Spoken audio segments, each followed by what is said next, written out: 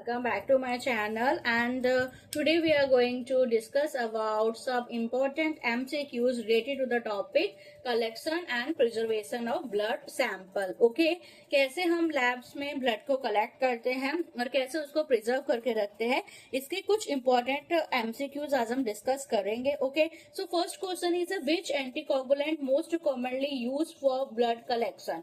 Blood collection के लिए कौन सा मोस्ट कॉमनली एंटीकोगुलेंट का यूज होता है वो आपको बताना है. ओके, EDTA, हेपरिन, सिट्रेट या ऑक्सलेट, इनमें से कौन सा होता है. तो हम ऑप्शंस पे सारे ना लिख के मैं आपको डायरेक्ट आंसर से एक्सप्लेनेशन करती हूँ ताकि हमारा ज्यादा टाइम वेस्ट ना हो.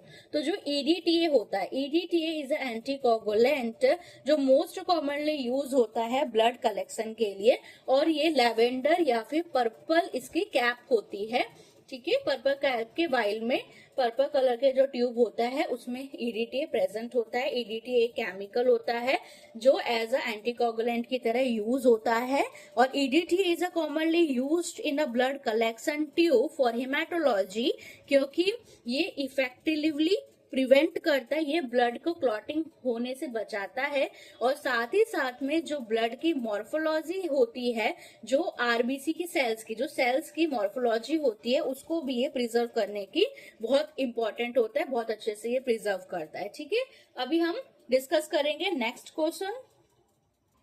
नेक्स्ट क्वेश्चन क्या कहता है कि what is a recommended method for mixing blood with anticoagulant in while. ठीक है, जो वाइल है हमारे पास, जो ट्यूब है उसके अंदर एंटीकोगुलेंट प्रेजेंट है, उसके अंदर हमें ब्लड मिक्स करना है, तो हम उसको कैसे मिक्स करते हैं. ठीक है, तो उसके ऑप्शंस क्या हैं. एकदम सेकिंग विग्रेसली, एकदम ऐसे ऐसे ऐसे, जैसे for example this is a red tube. ठीक है, ये जनरल क्लॉट फ्री वाली ट्यूब है, क्लॉट वाली जो ट्यूब होती है वो है. ठीक है, रेड है, इसको हम ऐसे सेक करेंगे, बहुत जल्दी जल्दी विग्रेसली सेक करेंगे, या इन्वर्टर जेंटली जेंटली ऐसे इन्वर्ट करेंगे, या steering with a pipette, pipette के साथ इसको स्टीयरिंग करेंगे, या लीविंग इट अनडिस्टर्ब, बिना डिस्टर्ब करे छोड़ देंगे. ठीक है, फर्स्ट अगर हम इसको सेकिंग विग्रेसली, अगर हम इसको ऐसे ऐसे सेक करेंगे, विग्रेसली एकदम सेक करेंगे, तो जितने भी इसके अंदर सेल्स हैं, ब्लड के अंदर जितने भी आरबीसीज है, डब्ल्यूबीसीज है, वो अपनी मॉर्फोलॉजी लूज कर देंगे, बहुत सारे बबल्स भी बन जाएंगे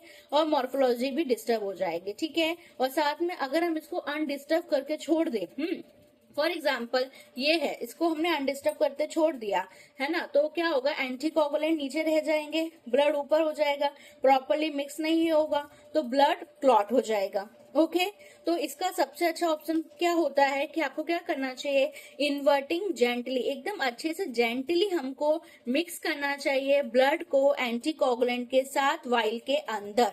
ठीक है, और अभी तो ऐसा यूज भी होते हैं, इंस्ट्रूमेंट भी यूज होते हैं. ठीक है, तो ऑप्शंस में आंसर्स है इन्वर्टिंग जेंटली. ओके, ये लिखिए आप आंसर, इन्वर्टिंग जेंटली, अच्छे से, बहुत ही आराम से, ताकि हमारे सेल की मॉर्फोलॉजी डिस्टर्ब ना हो और अच्छे से मिक्सिंग भी हो जाए.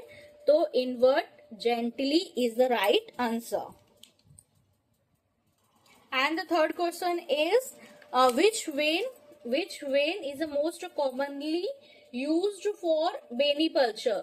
वेनिपंचर, ठीक है, वेन का जब हम पंचर करके ब्लड का कलेक्शन करते हैं एडल्ट के अंदर, तो मोस्ट कॉमनली कौन सी वेन हम यूज करते हैं. ऑप्शंस हैं सिफेलिक वेन, या फिमोरल वेन, या मीडियम क्यूबिटल वेन. तो आंसर इसका क्या है, मीडियन क्यूबिटल वेन. ये बहुत इंपॉर्टेंट है. मीडियन क्यूबिटल वेन जो है वो यूज होती है as a main vein for collection of blood through the venipuncture method. ठीक है, तो median cubital vein. Next question is which of the following potential risk of blood samples are not properly mixed. अगर हम blood sample जो हमने collect किया है उसको अच्छे से मिक्स नहीं करेंगे तो क्या क्या चीजें हो सकती हैं. ठीक है, तो हीमोलाइसिस हो सकता है, क्लॉट फॉर्मेशन हो सकता है, सेलुलर डिग्रेडेशन हो सकता है, या फिर इनमें से सब कुछ हो सकता है. तो आप मुझे बताइए कि what is which of the following is a potential risk if blood sample are not properly preserved. तो क्या क्या हो सकता है. सबसे पहले हीमोलाइसिस, ठीक है, हीमोलाइसिस हो सकता है, जो ब्लड है उसमें का ब्रेक डाउन हो सकता है। तो हीमोलाइसिस होगा अगर हम अच्छे से मिक्स नहीं करेंगे। क्लॉट फॉर्मेशन, अगर ब्लड को अच्छे से मिक्स नहीं किया है एंटीकोगुलेंट के साथ तो ब्लड तो क्लॉट हो ही जाएगा। तो yes, clot formation is also right answer. And cellular degradation, अगर अच्छे से मिक्सिंग नहीं होती हिमोलाइसिस हो जाएगा तो सेल्स, जितने भी उसमें सेल्स हैं ब्लड के अंदर, वो सब डिग्रेड हो जाएंगे, सबके सब खराब हो जाएंगे। कौन कौन से ब्लड में सेल्स होते हैं? ब्लड में आरबीसी सेल्स हैं, ब्लड में डब्ल्यूबीसी है, ब्लड में प्लेटलेट है। ये सब, इनकी मॉर्फोलॉजी बिगड़ जाएगी, फिर हमें नहीं पता चलेगा, स्मीयर गलत बनेगा और सीबीसी काउंट में एरर आएगा। Okay, next question is what is the idle time frame? क्या आइडल टाइम फ्रेम है for processing of blood sample after collection? हमने ब्लड कलेक्ट कर लिया है, लेकिन कितने टाइम के बाद एक आइडल टाइम हमको बताना है कि हम उस टाइम के बाद या उस टाइम के अंदर अपने प्रोसेसिंग हमको करना ही करना है। तो आइडल टाइम क्या होता है?